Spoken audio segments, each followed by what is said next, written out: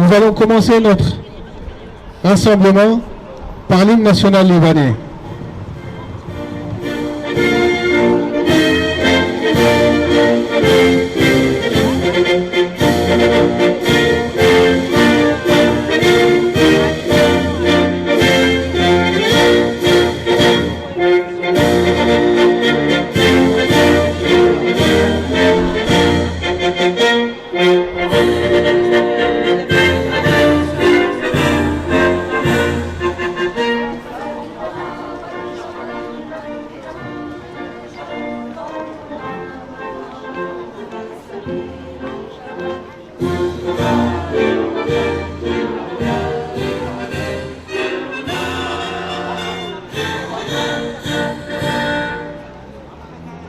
Merci.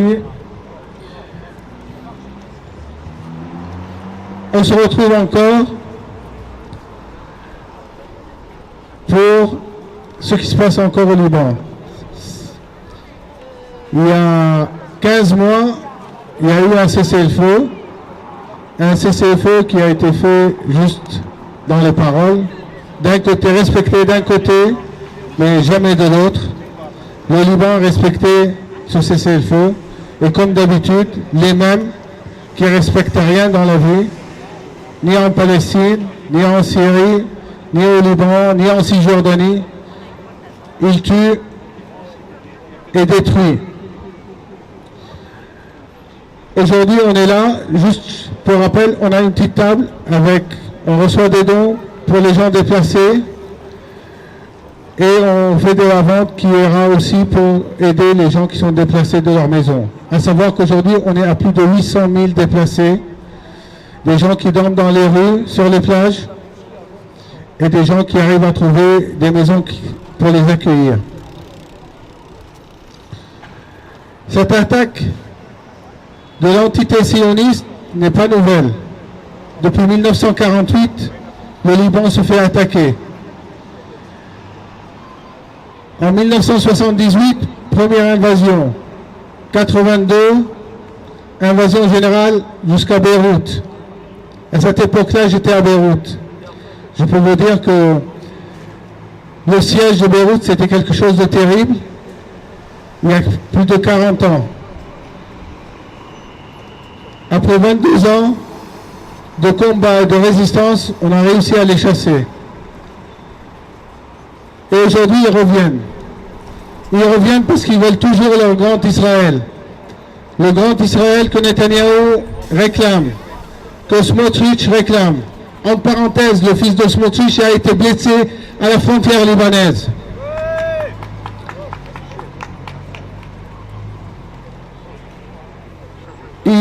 Smotrich le dit, des franco-israéliens le disent.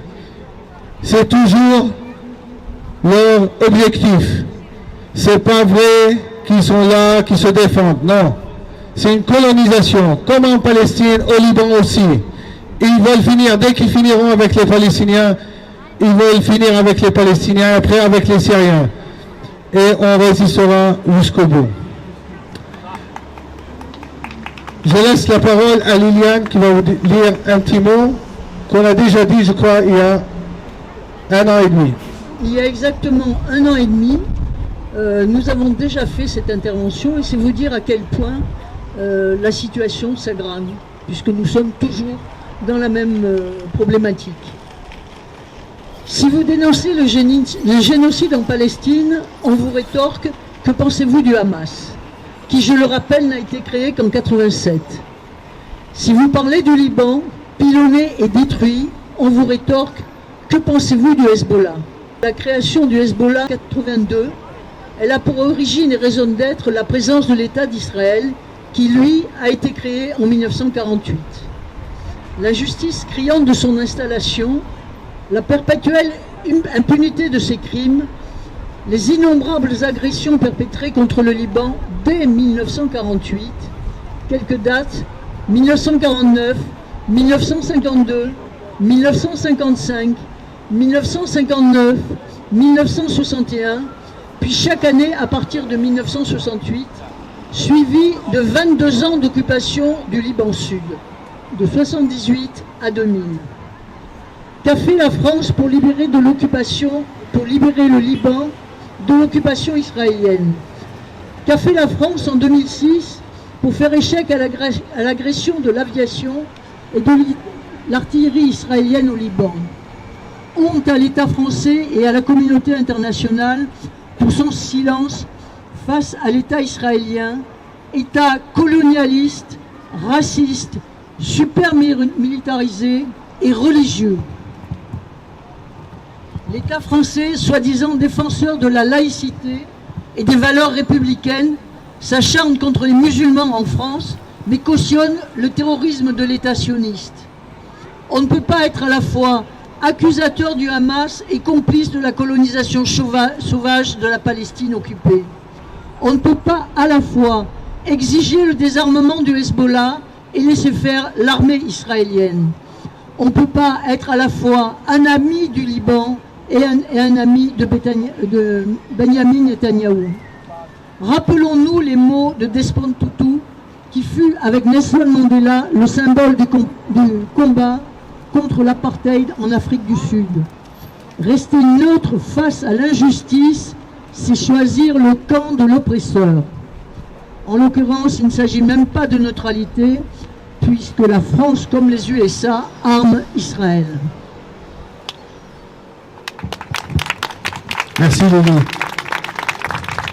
Nous allons faire 1 minute de silence pour nos martyrs, pour nos blessés et pour nos déplacés, et Dieu sait comme ils sont nombreux à ce moment. Merci.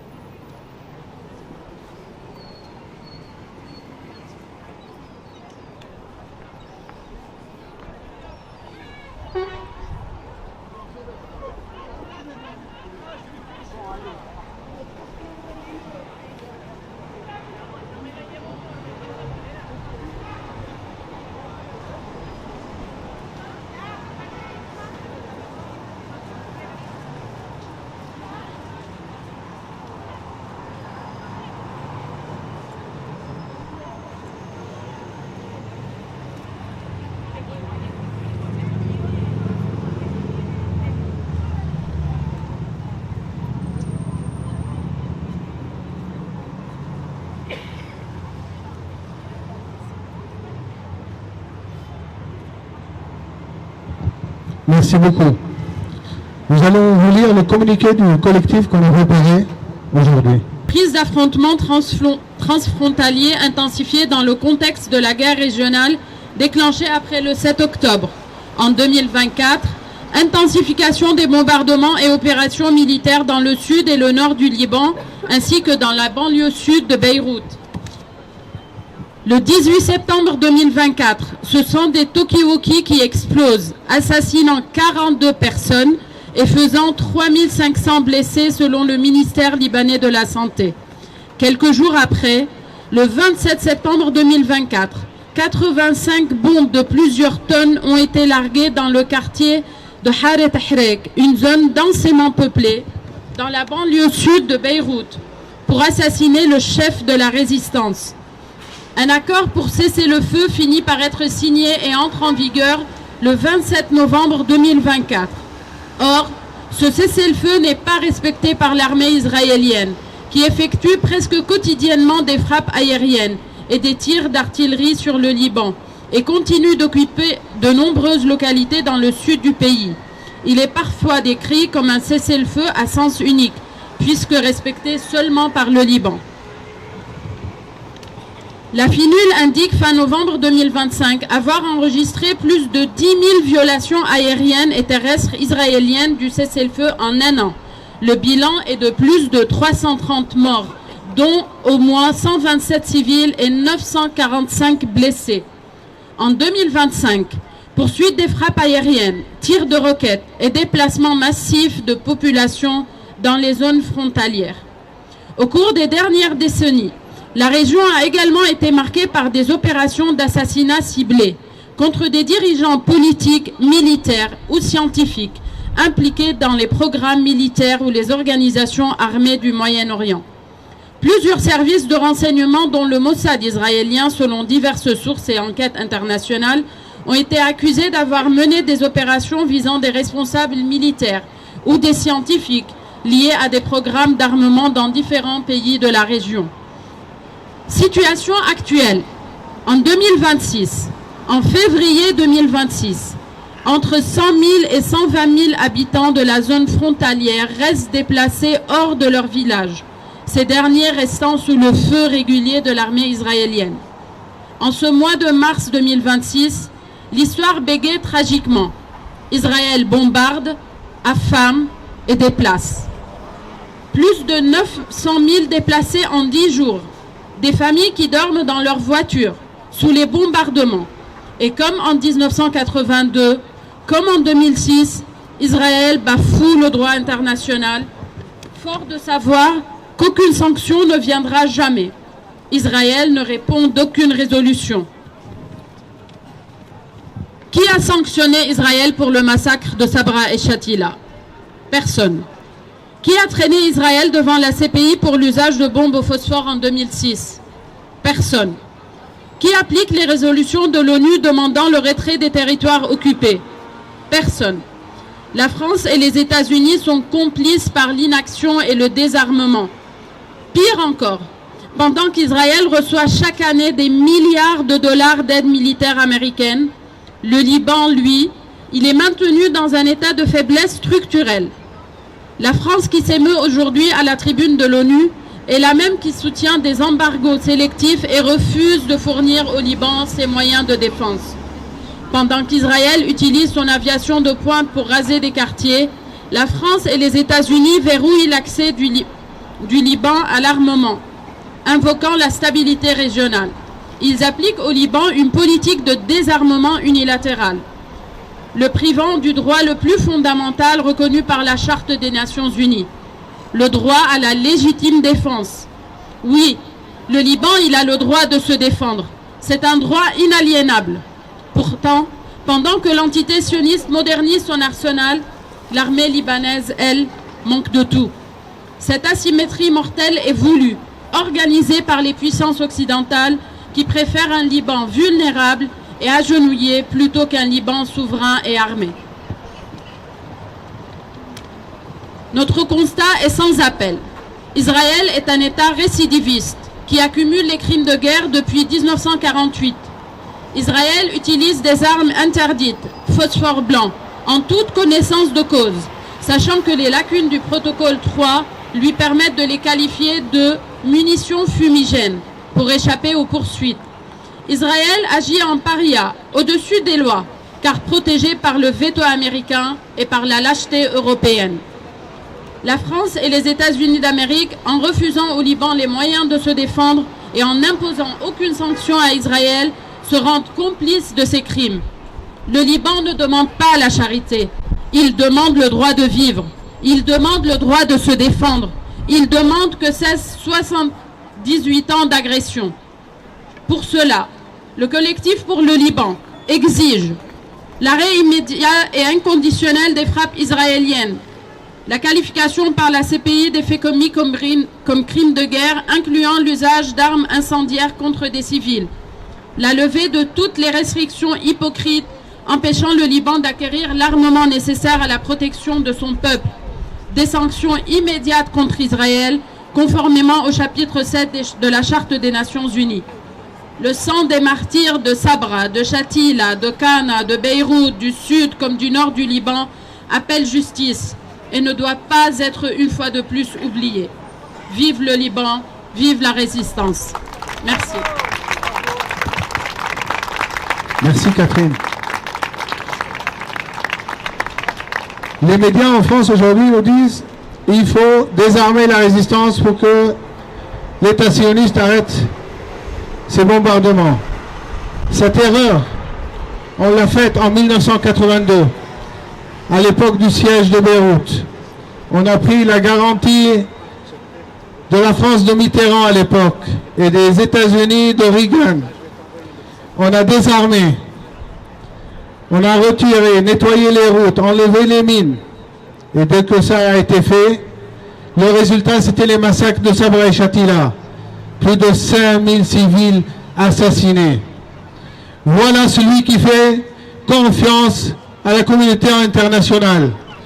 Voilà ce qui arrive quand on fait confiance à la France qui dit ami du Liban. Et non, non. Quand tu es ami vraiment, pas quand tu as envie.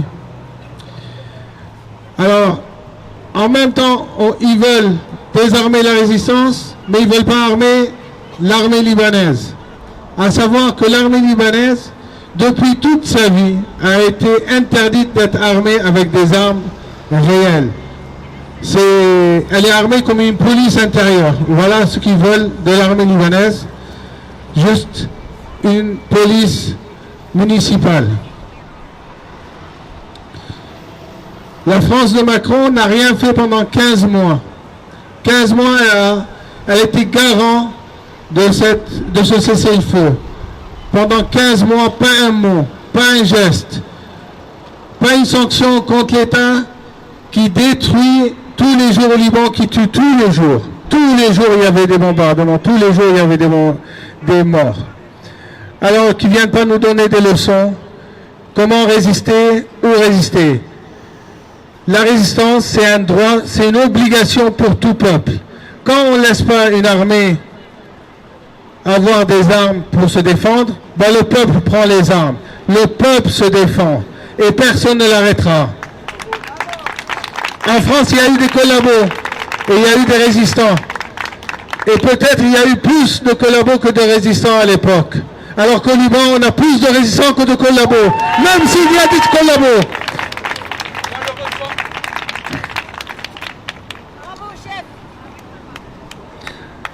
Voilà, un mot aux gens qui se battent au Liban, à nos déplacés, à ces résistants qui se battent tous les jours à la frontière, qui font des miracles, parce qu'au-dessus d'eux, ils ont l'aviation, les drones, tous les services de sécurité occidentaux qui sont contre eux, mais ils tiennent la frontière et ils se battent et ils gagneront parce que c'est le droit, c'est leur droit et on est du bon côté de la vie. Voilà. Merci beaucoup d'être venus. Vive la résistance, vive le Liban et vive les résistants.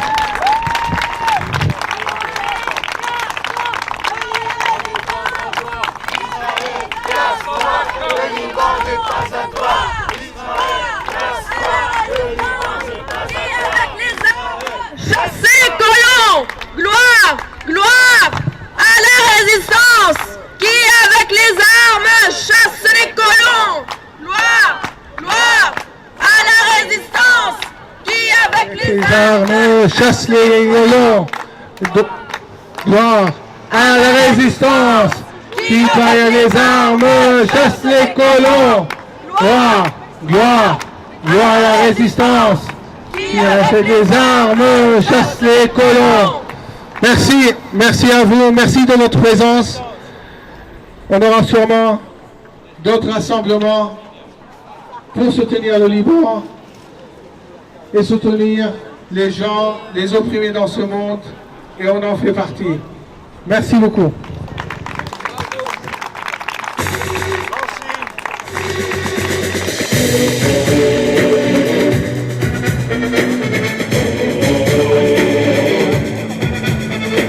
Oui, je vous rappelle qu'on a une boîte de collecte pour aider les déplacés au Liban. Merci beaucoup.